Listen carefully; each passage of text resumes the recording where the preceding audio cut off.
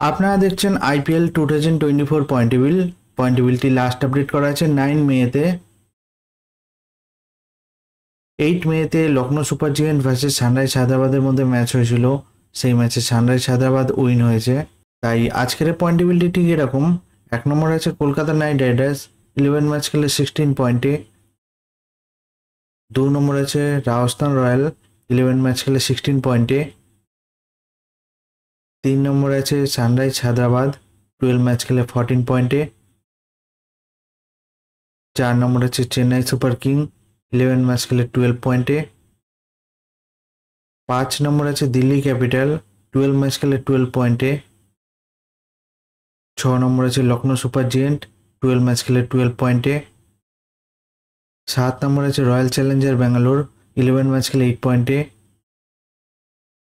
8 নম্বরে আছে Punjab Kings, 11 match খেলে 8 পয়েন্টে। 9 নম্বরে আছে মুম্বাই ইন্ডিয়ান্স, 12 ম্যাচ খেলে 8 পয়েন্টে। 10 নম্বরে আছে গুজরাট টাইটেন্স, 11 ম্যাচ খেলে 8 পয়েন্টে। এই আইপিএল 2024 পয়েন্টেবিলিটি লাস্ট আপডেট করা আছে 9 মেতে। ভিডিওটি ভালো লেগে থাকলে লাইক কমেন্ট শেয়ার করবেন।